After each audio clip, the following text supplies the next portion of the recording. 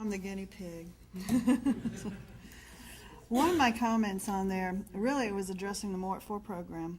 We understand what they're doing now is moving the More at 4 program from the Department of Public Education and moving it over to Smart Start.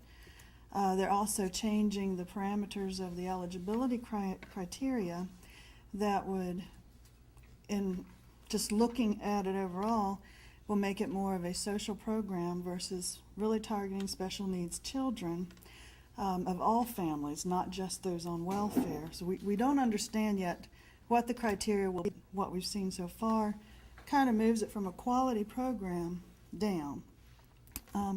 My concern is that we're using the stimulus monies. My understanding is we have to create new programs with the stimulus money. We can't use them to supplement old programs. So now we're taking quality programs, proven programs, and they're being replaced by new programs that are not as effective or as good, and which in a sense would have to be grown and have to work through the bugs. So we really aren't using that stimulus money wisely. And that's one of my big concerns. Why are we doing that? It just doesn't seem to make sense that we do that. Oh, and the other was the nonprofit oversight. I heard you say we are going to be cutting that back some, but also that North Carolina, I understand, is one of the states where they will be watching. There's more accountability standards put in place for North Carolina, which is good because there's been a lot of abuse over the years that has just been unnoticed and swept under the carpet, and I think that's led to a lot of the decline and a lot of the questioning for nonprofits. We're valued here, we do a good service, but unfortunately, because there's not been a strong oversight, many of them have been allowed to tarnish our image. Thank you. Stephanie? I'm Stephanie Harrell, Regional Director of Catholic Charities, and I could go on and on about 5 million things, but the one thing that I've been dealing with the past couple of weeks is the mental health system.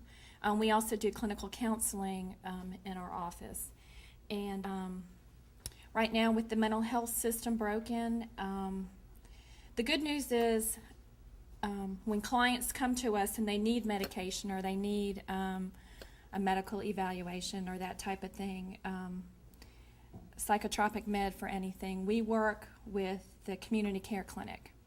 And we have a nurse practitioner there who prescribes medications for us for individuals who do not have insurance or who have insurance but cannot afford the $25 or $20 copayment to go to their family doctor. So the good news is we're able to work with them. The bad news is the system is extremely broken. With the mental health system, I can refer somebody who needs a medication evaluation. This person is suicidal. They're calling me and telling me they're having a psychotic break, and when I call and try to get them into the mental health system, I'm told there's a 2-month wait, and that can't be happening. And my concern is when we have situations like that, when you have people who first of all are mentally ill and they know they need help and they want help, and we're telling them you've got to wait 2 months, they're going to end up, they're going to be on the Department of Corrections. They're going to be, children in the school system who are extremely ill, and something has got to be done. I moved here from Virginia 3 years ago, and where I thought the mental health system in Virginia was broken, and I came here and I'm like, oh my goodness. Is there anybody from mental health here? And I know that things have gone on in mental health, but I mean, there are a lot of folks, and especially with the economy, the way things are going, people are stressed, and they need more services. And really, our office used to see the people who were, basically just a little depressed or having marital problems. Now we are getting the very, very sick individuals calling us saying they don't have money, they don't have insurance, I need somebody to talk to. And right now I'm the lone person doing it, so I'm here, I'm there, I'm getting calls at 4 o'clock in the morning, and there's nowhere to send these people. So something needs to be done for this community. you, Stephanie. Maria, I know you can't speak, so your voice. Well, I'll just You say wanna one say thing. something? I'd love to have you say something. Well, I'm Maria Garcia, and I'm with Northeastern Community Development Corporation, and my nonprofit owns and operates 2 child care centers, and we're working on number 3. And it's really disheartening to hear that the state is thinking about cutting subsidies, because we see firsthand the impact that child care subsidies have in our families. Without those subsidies, they cannot get to work. Without work, they cannot support their families. So to me, cutting subsidies in this economy is just going to make the problem a whole lot worse, because it's going to increase our unemployment, because a lot of families are not going to be able to work.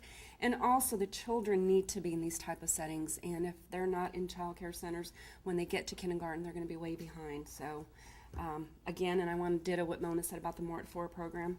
The Mort 4 program is a quality program. It has its track record, and I really hope they do not change its current state, because it really does work. Lori, would you like to speak? Please.